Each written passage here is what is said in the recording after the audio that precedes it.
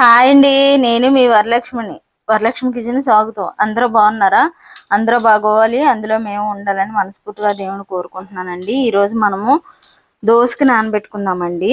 అలాగని పొట్టు మినపప్పు గ్లాస్ మినపప్పు తీసుకున్నాను. ఇంకోండి వేసేస్తున్నాను. ఇది నానబెట్టుకోవాలి. అలాగే నేను బియ్యం వేయకుండా జొన్నలు వేస్తున్నానండి దోసకి. ఇంకోండి మనం మినపప్పు గ్లాస్ తీసుకున్నాం కదా, సగం జొన్నలు వేస్తున్నానండి. మళ్ళీ సగం రాగులు వేస్తున్నానండి. ఇవ్వండి, సగం రాగులు వేసాను. ఇప్పుడు ఇవి మనం నానబెట్టుకుందాము. నేను ఇంక ఇందులో ఏమేనండి, కొంతసేపు ఒక అరగంట ముందు రుబ్బుకుంటా అన్నప్పుడు చిన్న టీ గ్లాస్ని అటుకులు నానబెట్టుకోవాలండి. ఇంకోండి చూడండి, ఇంక ఇందులో మనం రైస్ కానీ ఏం కలపమండి.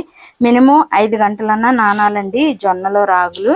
అందుకని ఇప్పుడు నానబెడుతున్నాను. నేను 5 గంటలు పడుతుందండి ఇది నానడానికి. అందులోకే ఒక స్పూన్ మెంతులు కూడా తీసుకున్నానండి. మెంతులు కూడా ఇందులో వేసేస్తున్నాను. ఇప్పుడు మనం శుభ్రంగా కడుక్కొని నానబెట్టుకుందాం. ఇంకోండి మినపప్పు శుభ్రం కడిగాను, నానబెట్టుకుందాం. ఇది 5 గంటల తర్వాత మళ్ళీ చూద్దాము.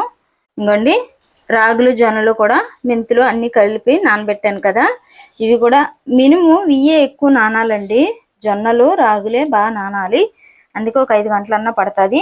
ఇప్పుడు కడిగేసుకున్నాం కదా, నానబెట్టేసుకుందాం అండి. ఇంకా మూత పెట్టేస్తున్నాను. ఇంకోండి మినపప్పు నానబెట్టుకున్నాం కదా, 5 గంటలు నానాలన్నాం కదా, చూడండి నానిపోయింది. ఇప్పుడు మనం ఈ పప్పు కడుక్కుందాం అండి పొట్టు పోయేలాగా. చూడండి జొన్నలు రాగులు కూడా ఇంకోసారి కడుక్కోవాలండి. చూడండి ఎంత బాగా నానిపోయాయో. ఇప్పుడు మనము అవి కడిగేసుకొని మిక్సీ వేసుకోవాలండి. అలాగే మనం 1 గంటకు ముందు పడతామన్నప్పుడు అటుకులు నానబెట్టుకోవాలన్నాను కదా, అటుకులు కూడా నానబెట్టానండి. ఇగోండి అటుకులు నానబెట్టాను.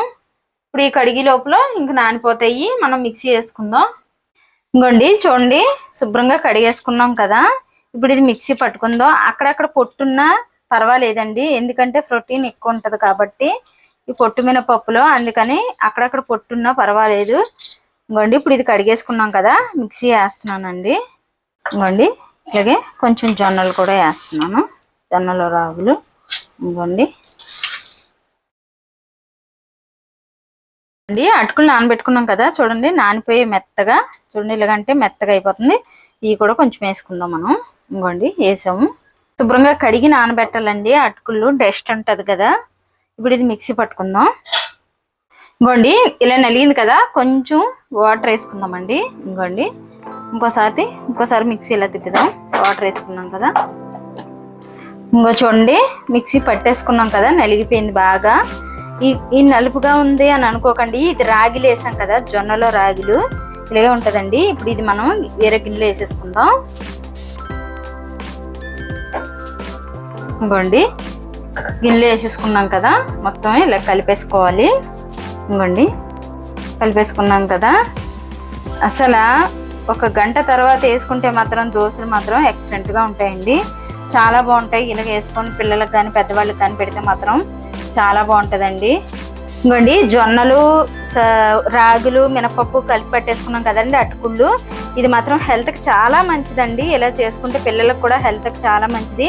డైజెషన్ కూడా తొందరగా అయిపోతుందండి. మనం రైస్ వేస్తే కొంతమంది రైస్ తినకూడదు అది ఇది అని అంటున్నారు కదా, దాని బదులు ఇది మాత్రం చాలా మంచిదండి హెల్త్కి మాత్రం. ఈ జొన్నలు రాగులు అటుకుళ్ళు మినపప్పు నానబెట్టానండి. అసలు టేస్ట్ మాత్రం ఎక్సలెంట్గా ఉంటుందండి. దోశ మాత్రం కరకరలాడుతూ వస్తుంది. 1 గంట తర్వాత దోశ వేసుకొని తింటే మాత్రం ఎక్సలెంట్గా ఉంటుంది.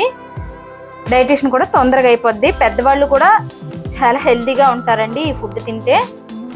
ఇది 1 గంట తర్వాత వేసుకున్నా బాగానే వస్తుందండి దోశ, కరకరలాడుతూనే వస్తుంది. నేను రేపు మార్నింగ్ వేస్తానండి.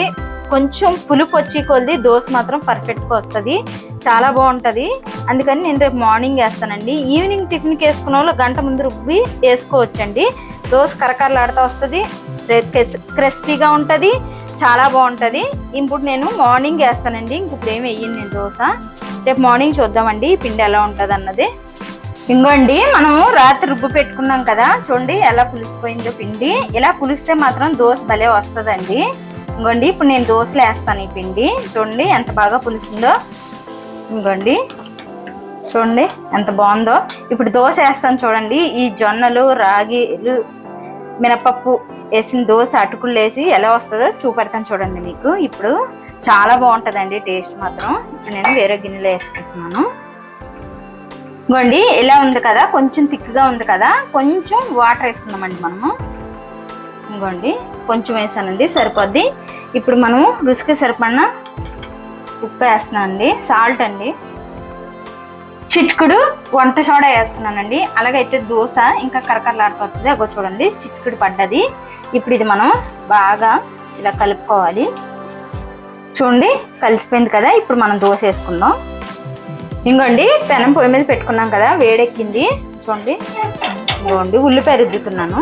ఫస్ట్ వేస్తున్నాను కదా అని ఉల్లిపాయ రుద్దుతున్నా. ఇంకోండి ఇప్పుడు పెనం వేడెక్కింది, దోశ వేద్దాం. ఇంకోండి వేస్తున్నాను దోశ. చూడండి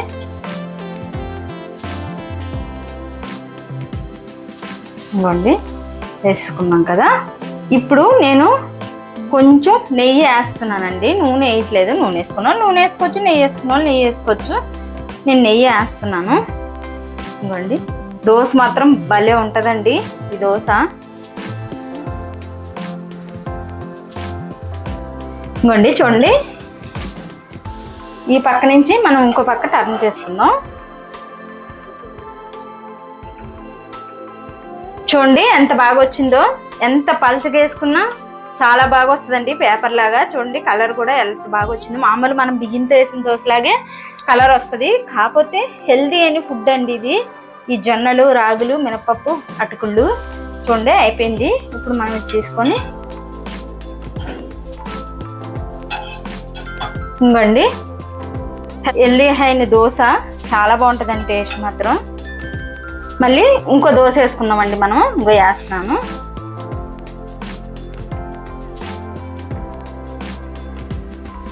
ఇంకోండి చూడండి ఎంత కరకరలాడుతూ వచ్చాయో దోశ. కానీ చాలా బాగుంటుందండి.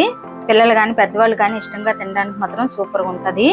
ఇలా చేసుకుంటే నేను ఈ చట్నీ టమాటా పల్లీలు చట్నీ చేశానండి దోశకి. టేస్ట్ మాత్రం అదిరిపోద్దండి. జొన్న దోశకి టమాటా పచ్చడి టేస్ట్ మాత్రం చాలా బాగుంటుంది. నచ్చితే లైక్ చేయండి, షేర్ చేయండి, కామెంట్ చేయండి, సబ్స్క్రైబ్ చేయండి. కాకపోతే ఒకసారి ట్రై చేయండి జొన్న దోశ ఎలాగుంటుంది అన్నది.